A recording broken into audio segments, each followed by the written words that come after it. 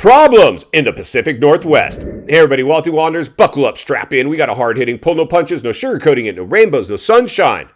Just going to give it to you and give it to you straight. We got a good one to unpackage today. Welcome to the show. I hope everybody's doing great. So here we go again. Welcome to the swimming pool as we examine the good, the bad, and even the ugly. No, Walty, not the ugly. Only report on rainbows and sunshine and FanFest and... No! Somebody's got to do it. Get your tear-offs ready. Friends, first of all, the good. Let's just go with the good. What was the good? What was the good from Seattle? Well, I'll tell you what was good. Cooper Webb. Yeah, man. Arm's about as hard as morning wood right now. Cooper Webb won the race, and I don't even know how. There was nothing special. He wasn't clearly faster than anybody, but he clearly has the type of riding that caters to the track that breaks down, and he proved it yet once again in Seattle. Now, the bad was Chase Sexton. Chase Sexton stalled his bike left and right. He had the lead. Pretty much, I believe he had that race won had he not stalled it. Now, I believe Cooper Webb could have reeled him in because that's what Cooper Webb does at the end of these races, but I'm not so sure it would have happened. In fact, it was quite the opposite. After Chase stalled, he was able to chase Cooper Webb down for that last turn charge. It made for exciting racing. You guys had to be stoked.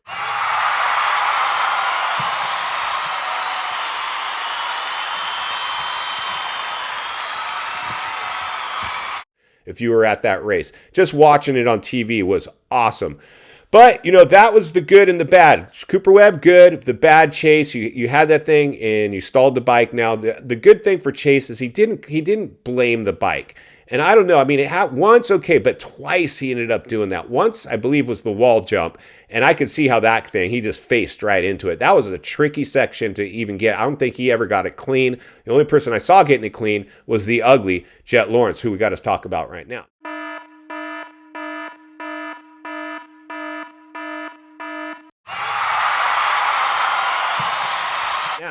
Jett, when I saw him bunny hop that wall jump, I'm like, dude, he's going to come back and he's going to win this thing. He was still not, I was like, he's going to chase him down. If you got that thing, that move, that line in your hip pocket and you're clearing it on a regular basis, he's going to gain a lot of time right there. That was a time saver, and he's just already faster than everybody else. So I was like, no, I really thought he was going to come back and win that thing. I really did, even after his crash. Whew, that was insane, man. That was insane. Cooper Webb got it a few times, I saw, and I'm sure maybe a couple other riders did. I can't be sure. Leave it in the comments below if you know of any other riders that were able to bunny hop over that wall jump. But it got tricky at the end, and nobody was able to do it on a consistent basis. But here's the ugly part, I believe, for Jett Lawrence. Now, he's the fastest guy. He's nothing to worry about. He still is on the podium. It wasn't that ugly until the only thing that I saw that was realistically ugly, and I think it's clearly affecting him. And we're going to talk about this a little more. See, Jett Lawrence is in his ivory tower. He's in his Moto ivory tower. He has no friends on the track. They don't dig him. They know after the fans weren't digging him that they didn't have to dig him anymore. Nobody's going and broing down and giving high fives, fist pumps, or hugs to Jett Lawrence after race, other than the cowboy AP.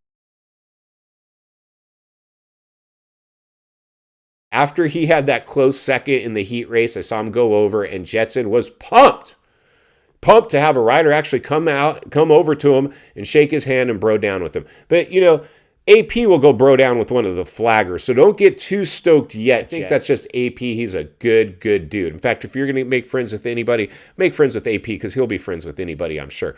But even on the podium at the end, I saw him trying to talk to Cooper Webb, and Cooper Webb just won a race. He's clearly pumped, but I could even tell he was like, okay, bro, we've talked enough. It's time to go. So the reality is the fans went crazy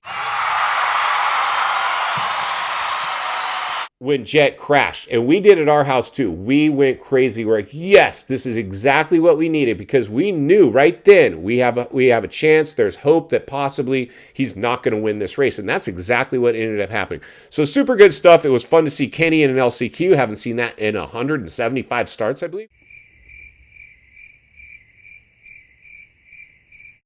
Insanity. Kenny in the LCQ. Now, his teammate, the Chiz, didn't Chiz and ended up not making the main. Colt Nichols Ex-factory rider, not making mains. I mean, this is bad. We got to possibly unpackage Colt here this week because I think this is disaster. I smelt this one coming. I mean, he came into the season late. He was injured. Beta had to not be stoked. Benny Bloss is making mains, but Colt's not. I'm sure they pinned all their hopes on Colt not making mains. That's not good. But the 250 class was pretty fun to watch too. Levi Kitchen,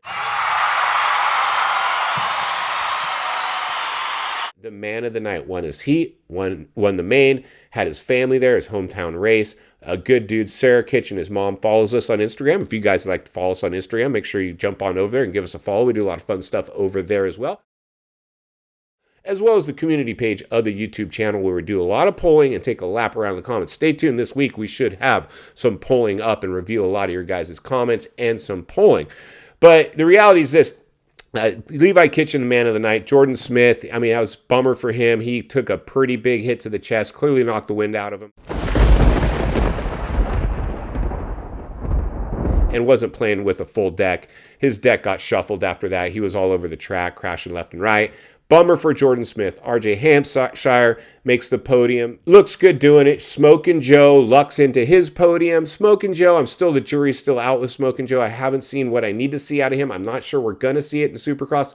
Maybe the outdoors. But other than that, I believe Seattle Supercross delivered exactly like we anticipated. We needed fireworks. We needed it to get shaken up, and it provided that. In final thoughts, I come to you as a friend, as a content creator, as a moto guy that wants to see you not only win on the track, off the track. Understand the waters you're swimming in now, they're shark infested. Welcome to the swimming pool. You delivered beautifully. It was exactly what our sport needed, exactly what we needed to keep this thing interesting. We have to stop the Jett train. And listen, I'm not cheering against this guy, but I'm clearly not cheering for him because I want to see competition come down to the last race where it should be in Vegas. Oops, I mean Utah. But until then, Walty will be here to blow the lid off it every step of the way.